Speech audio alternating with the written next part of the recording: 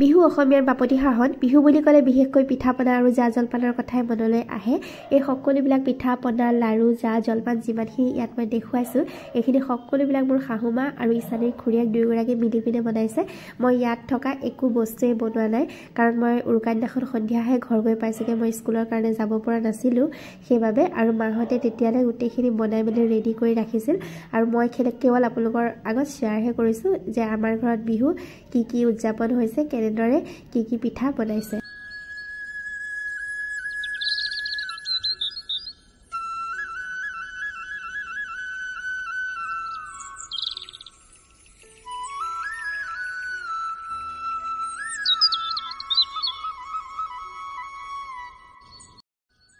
আৰু মাঘ বিহুৰ দিনা ৰাতিপুৱাই গা পা ধুই মেজিৰ ওচৰত বহাৰ এটা পৰম্পৰা আছে গতিকে ময়ো পুৱাই গা ধুলোঁ ধুনীয়াকৈ গা ধুই এয়া জা জলপান লৈ মেজিৰ ওচৰত বহিলোঁ ধুনীয়াকৈ মেজিৰ ওচৰতে চাহ খালোঁ জলপান খালোঁ আৰু লগতে এয়া জুইত অকণমান পিঠা এটা দি সৰুৰ পৰা যিহেতু শিকি আহিছোঁ যে সেৱা কৰা হয় জুইক গতিকে এয়া ময়ো অকণমান ৰীতি নীতি পালন কৰিবলৈ চেষ্টা কৰিলোঁ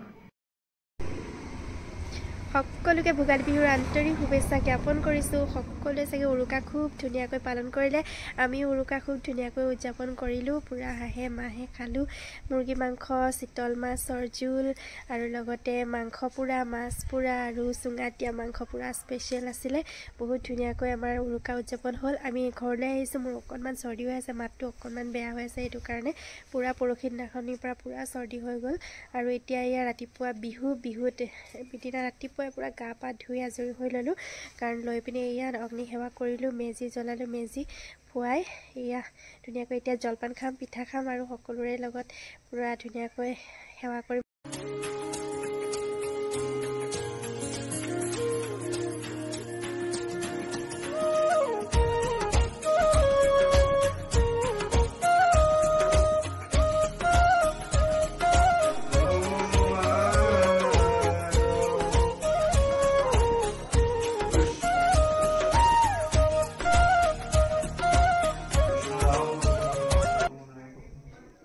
আৰু ৰাতিপুৱাই আমাৰ ঘৰৰ নামঘৰত পাপাই ধুনীয়াকৈ প্ৰাৰ্থনা গালে আৰু তাৰ পাছতে আমি সকলোৱে জা জলপান খোৱাত ব্যস্ত হৈ গ'লোঁ খুব ধুনীয়া দৈ আছিলে ক্ৰীম আছিলে আৰু ৰসগোল্লা আৰু বিবিধ মিঠাই আছিলে লগতে পিঠা পনা সকলোবিলাকতো আছেই গতিকে ভোগালী জলপান খুব বেছি ধুনীয়াকৈ খালোঁ আৰু আপোনালোকেও খালে চাগৈ আজিকালি মানুহে জলপান বেছিকৈ খোৱাই নহয় বিশেষকৈ আমিয়ে ইমানকৈ জলপান খোৱা নহয় কিন্তু বিহু বুলি এবাৰ হ'লেও জলপান হয়তো সকলোৱে মুখত দিছে আৰু খাবও লাগে কাৰণ এয়া ইমান ধুনীয়া দৈ ওলাই এই সময়তে আৰু ইমান ধুনীয়া ক্ৰীম ওলাই গতিকে অকণমান খাব লাগে সৰু ল'ৰা ছোৱালীকো শিকাব লাগে আমাৰ পৰম্পৰা ৰীতি নীতি তেতিয়াহে গম পাব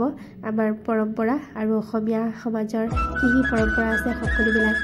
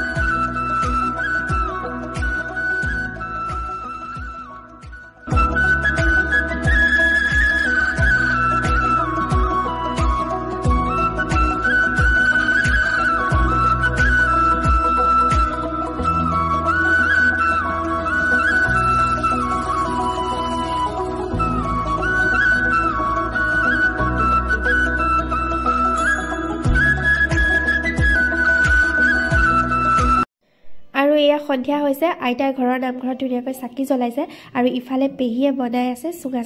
চুঙাত চাউল ভৰাই আছে বৰা চাউল আগদিনাই তিয়াই থোৱা হৈছিলে আৰু ৰাতিপুৱা আমাৰ ছোৱালী মানে দেৰিকৈ উঠে যে সেইবাবে মেজিটো পোৱাব নাপালে গতিকে একদম বহুত সময় কান্দিলে দিনত সেইকাৰণে পাপাকে আকৌ বনাই দিছে এটা মেজি তাই পুৰা এনজয় কৰি আছে ৰাতি আৰু এইফালে চাওক গোটেই চুঙাবিলাক একদম জুইত দি দিছোঁ 5টা 6টা চুঙা চাউল খাম আৰু আজি বহুত বেছি ভাল লাগে আৰু এইবাৰ সঁচাকৈ ভোগালীটো বহুত এনজয় কৰিলোঁ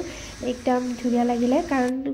একেবাৰে মানে সব বস্তুৱে খালোঁ আৰু যিমানবিলাক বস্তু আছে অসমীয়া সমাজৰ সমাজৰ অসমীয়া সংস্কৃতিৰ সেইখিনি এয়া চাওক চুঙা চাউল কি ধুনীয়া হৈছে চুঙা চাউল গৰমে গৰমে খাই বেছি ভাল লাগে মাংসৰ লগতো খাব পাৰি দৈ ক্ৰীমৰ লগতো খাব পাৰি আমি দৈ ক্ৰীমৰ লগতেই খালোঁ আৰু এয়া ছোৱালীয়ে যিহেতু পুৰা মাংস খাই ভাল পায় গতিকে পাপাকে বনাই আছে চুঙা চাউলখিনি চাওক কি বেছি ধুনীয়া হৈছে নহয় এতিয়া যে বৰা চাউলৰ নতুন বৰা চাউল আঠা হৈ আছে নহয় বহুত বেছি ধুনীয়া হয় খাবলৈ সেইবাবে আৰু দৈও বহুত বেছিয়ে ধুনীয়া আছিলে দৈখিনি অকণো পানী নাই আৰু লগতে এয়া ক্ৰীম আৰু অকণমান গুড় দি ল'লোঁ তাৰপিছত ধুনীয়াকৈ একদম চুঙা চাউলৰ আমেজ ল'লোঁ বহুত বেছি ভাল লাগিলে সঁচাকৈ আমাৰ অসমীয়া সমাজৰ অসমীয়া খাদ্য সম্ভাৰ ইমান বেছি চহকী বহুত বেছিয়ে ভাল লাগে যি খাই পায় যি খাই আছে বাহিৰৰ মানুহে তেওঁলোকে সঁচাকৈ শলাগ ল'ব আৰু এয়া চাওক খৰিকা পইলা মাংসখিনি পুৰা হৈ গ'ল আৰু মই ইয়াত পিঁয়াজ ধনিয়া আৰু লগতে কাটিছোঁ জলকীয়া গোটেইখিনি কাটি পিনে মই এইখিনি এৰাই আছোঁ এডাল এডালকৈ খৰিকাখিনি তাৰপিছত আমি সকলোৱে খাম বিহু দুদিন উৰুকা দিনাও আৰু বিহু দিনাও বহুত বেছি এনজয় কৰিলোঁ আৰু নেক্সট দিনাখনিৰ পৰা যিহেতু আকৌ ডিউটিত জইন কৰিব লাগিব দুদিন